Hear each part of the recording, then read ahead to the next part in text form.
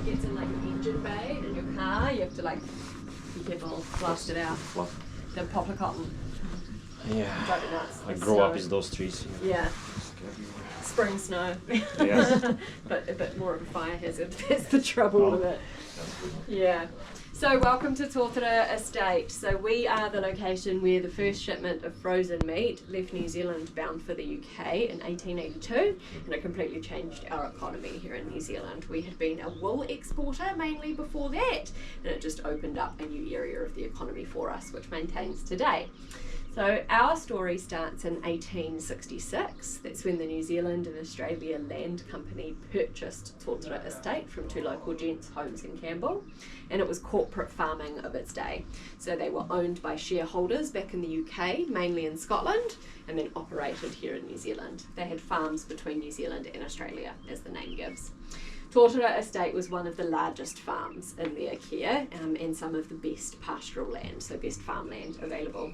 It was up to 20,000 acres, and anywhere from 11 to 15,000 sheep in its heyday, so a very substantial sheep farming operation.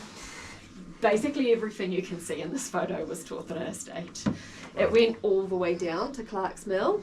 So everything in between here and Clark's Mill, which is just before Mahino down the road, that was all Totara Estate. So you have come up this driveway here. When you look through the trees, you can still see Totara House up on the hill. It looks like this. That's the old farm manager's residence. It's about 18 rooms and it's built from Oamaru stone, which is the white stone that you can see in our buildings. That's specific to this area in Waitaki. It's now a private residence. It's actually on the market at the moment if you're looking to move to Oamaru. I think it's valued at about $2 million, so it's not cheap. But it's got about 5 acres of land with it still. Oh, that's worth it. Yeah, that's it. Land, right? That's where the money is. Carrying on up the driveway here, we don't have the company office anymore. That's gone now. And we're standing in this building here, which was the men's quarters and cookhouse. Continuing up the farm, a number of these buildings have been lost to time. We do still have the stables, which is the long building in here, and we have the original carcass shed as well. The slaughterhouse was rebuilt in 2003 on its original foundations, and we still have the granary, but everything else is gone from this area. The blacksmith shop was lifted and shifted at some point in time to another farm, as they often did back then, reused buildings elsewhere. So it might still exist in Otago, just not on this farm anymore. And the overseer's cottage is gone too. The railway siding is still there. It's just not in use anymore, but we'll return to that later in our story, so it's a good one to remember. And this line of gum trees, you can actually still see, if you look out that door on the horizon, there's a line of trees. It's these trees here. So that gives you a good idea of where we're talking about. Yeah, that's right, Australian blue gum trees. They planted a lot of sort of foreign exotic trees when they came here, depending on what they needed. Blue gum trees are good for building, so that's what they were planted for, mainly for building things. So in 1866, with the New Zealand and Australia Land Company, they had about 20 permanent workers on this farm, which doesn't sound like much for all that farmland. But actually farmland takes care of itself for a lot of the time, right? Unless you're actively working on that piece, you're just growing a crop or you're just, it's not so much of a worry. So the permanent workers slept in these quarters on beds like this one next to me. Not a lot of space, but they were quite short. And in the 1800s, they would have been happy for a roof over their head. So it still would have been a lot better than other people's situations. This internal wall would not have been there. It was just one long bunk room down to the other end of the building. So 20 beds on the way down. When it was time for harvest or shearing season, because they grew their own crops here as well, you needed to invite temporary workers to join your workforce and double it to about 40. And back then, those workers were called swaggers. So if you turn around to the man in the bed. Oh. Now swaggers carried a swag. That's where the name comes from. And your swag was everything they owned. So you have a wool blanket, which helps to keep you warm. Hessian or jute sack helps with waterproofing to keep you dry. Some really basic tenting tools and basic cooking equipment, all held together with a leather strap. Okay. Swaggers popped up at a few different times during history. In this era, a lot of them were the youngest in their family, so out looking for adventure, didn't have somewhere to naturally fall in the family line. They might have been the black sheep of the family, sent out to the colonies, go and cause trouble somewhere else.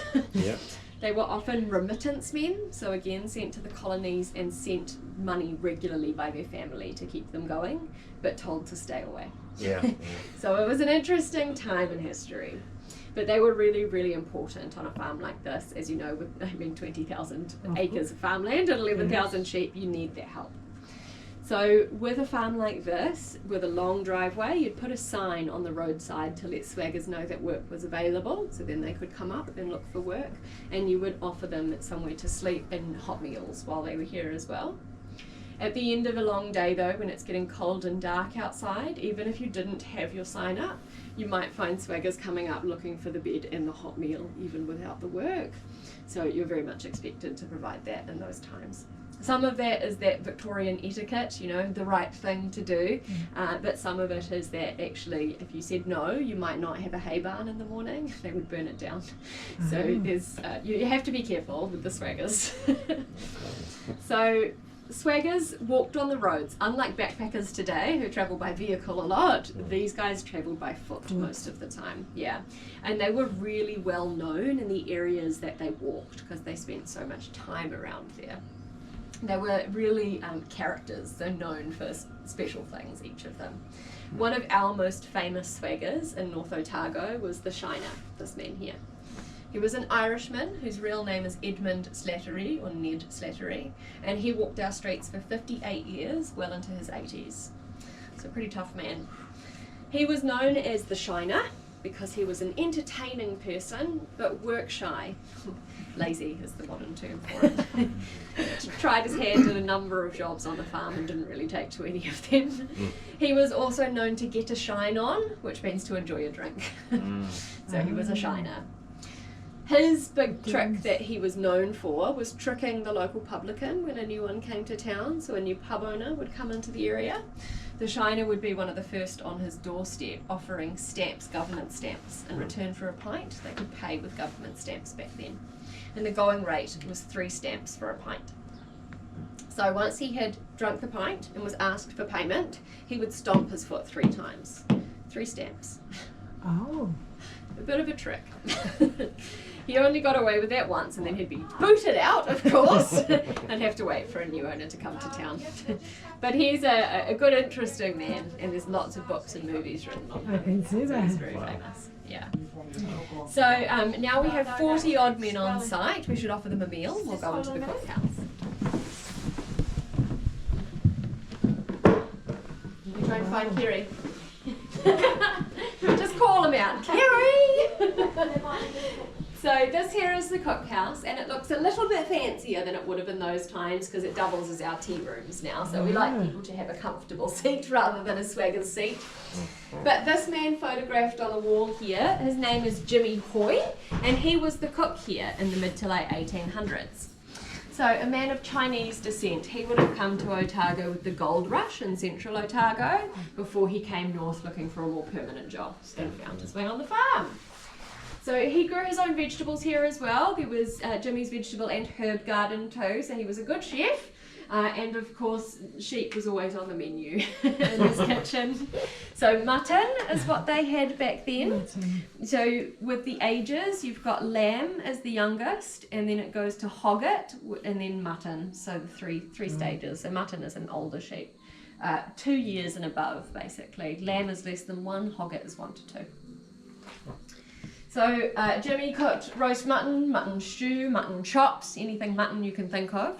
And then at Christmas time, they took a bit of a break with a dish that's called colonial goose. Colonial goose is a stuffed leg of mutton that's made to look like a goose. It's just mutton with a different name. That's all they had. But still, they enjoyed the fanfare of it anyway. Over to this side here, you can also see the bread oven where Jimmy would bake a good loaf of bread, and he was known to cook the odd chocolate cake when the managers came to town as well. The bread oven is put in a really smart location because when you light the fire to heat the oven, it'll warm the stone, which heats your quarters as well. So one fire does both. Very smart resource management. Up above us, you can see that there's a bit of a mezzanine floor, and if you look down into the walls further down the room, you can see the notches in the stone where that floor went all the way to the other end of the building. That would have been dry storage for Jimmy. any like oats bran, anything like that he was keeping, and he probably slept up there as well. Jimmy wouldn't have had a spot in the men's quarters. There's a couple of reasons for that. One of them being the social standing, so a Chinese man in that time would have been quite low on the social rung, and also being a cook, so almost like a servant hand of sorts, right? A lower level job. But also, Jimmy would have liked to sleep in here because it was warm, quiet, and he can lock the doors at the end of the night and keep the swaggers out, because that doorway did not exist. It would have just been a wall, and they would have come outside to come into the cookhouse. So he was a smart man, Jimmy, actually, and probably had the best bed in the place. Yes. You can see from the ladder, though, that it wasn't the easiest to come up and down. Look at that. Especially if you've got a kilo of bran on your shoulder. But that brings us to these four gents here and the core of our story here at Totara Estate. On the left-hand side is John McPherson, and he was the farm manager who lived up in that big house that we saw on the photograph. He was a very kind man, well loved by his staff here, and he actually bought this section of farmland when it was split up in the early 1900s.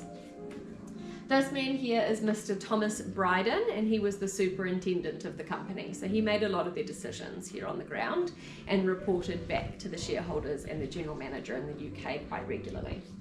Bryden was an older conservative man, and he had been a dairy farmer himself. So he knew a lot about farming.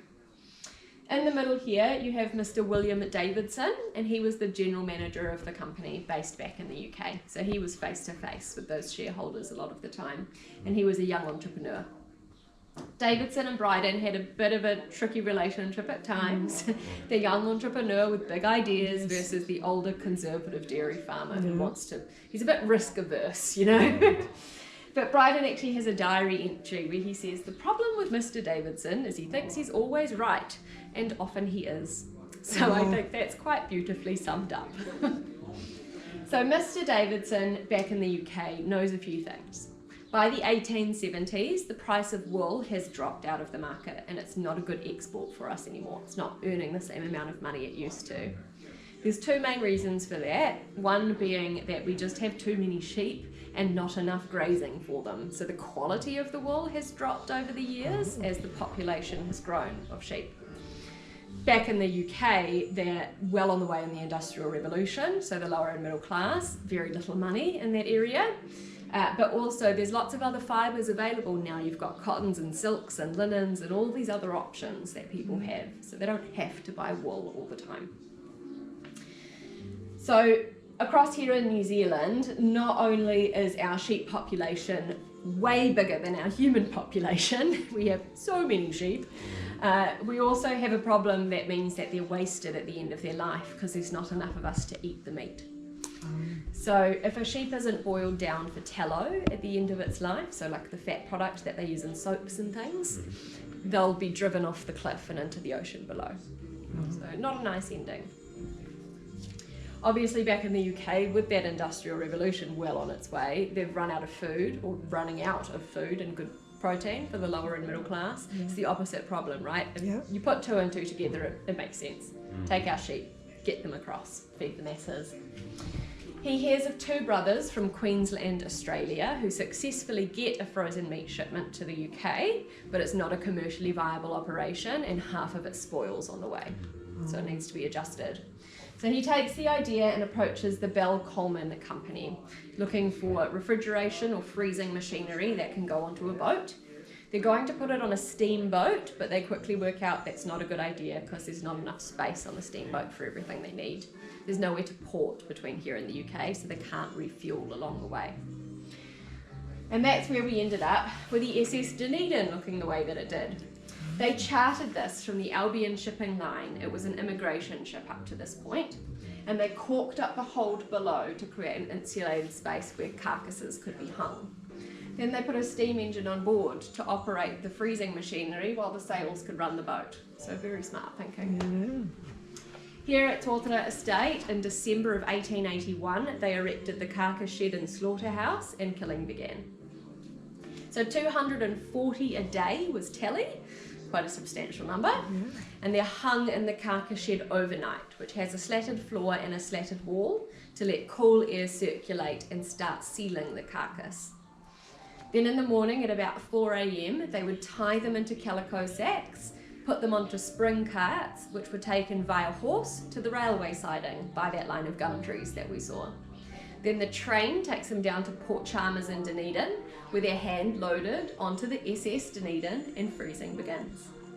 So quite a long journey, which means the butchers have to be perfect at their job, or the sheep's not even going to make it to the boat. Okay, 3 days in, the machinery broke down and they had to start again and sell everything off in Dunedin. Thankfully, 2 months later, on the 15th of February 1882, they're loading the last of the meat on board and getting ready to set sail. 150 passengers show up to board, and seeing the last of the meat being loaded, 148 of them say, "We will wait for the next boat, thank you. We're not getting on board with all that meat." So they go back home in Dunedin and only 2 passengers board. They set sail and all is going well until they hit the tropics, where the wind stops. So the boat stops and the water is a lot warmer there. So the hold rises in temperature and it's at risk of spoiling the whole shipment. Captain Whitson ties a rope around his waist and crawls into the vent. He's going to cut some more holes to increase the rate of ventilation and try and offset the warming of the water underneath. Pretty smart for a ship captain in 1882. He does succeed, and the ventilation increases and the hold begins to lower in temperature again, but he falls unconscious because it's basically an air compressed chamber. His crew notices that the rope has stopped moving and they tug the man back out and resuscitated him. They did manage to save his life. Quite dramatic, That's isn't intense. it? I know. So 98 days after they left Aotearoa, New Zealand, they docked at the East London dock with only 1 carcass spoiled. Totally amazing. That's pretty good. Isn't it? Of nearly 5,000. Not only that, it's the best quality meat they have ever seen in the UK before, and the whole lot is sold out within 3 weeks at the Smithfield market.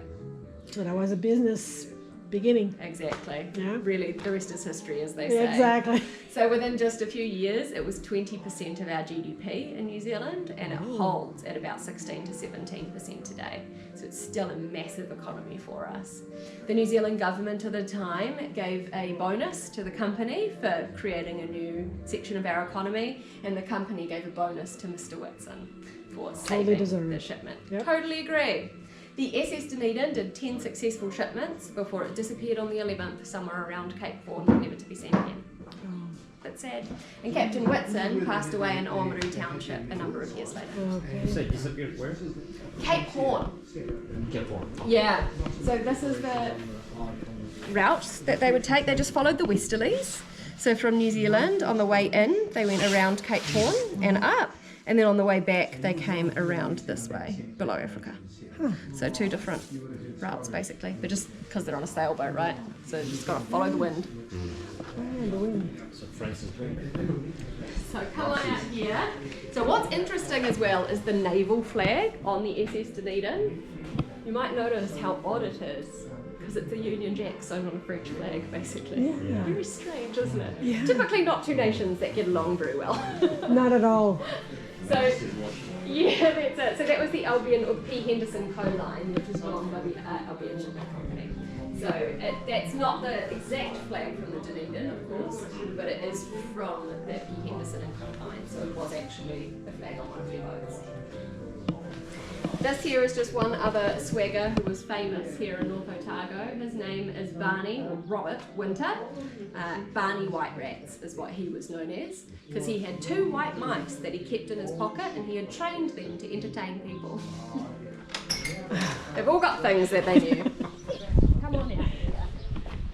So I'm going to give you this map and send you off on your self-guided version now. Okay. So we're here at the moment and you're heading up towards the stables, which is the next block to the left of me here, before you go around to the granary. Just close the door as you come out of here. It stops the birds from taking nest inside. When you get to the slaughterhouse and carcass shed, just mind your head on the way in this door. There's a wire that connects the door to the building because it sets off the interpretation inside. It'll talk to you when you're in there. Also, just a warning that there's fiberglass carcasses in there. I like to warn people so you don't get a shock when you go inside. It can be a bit much for some.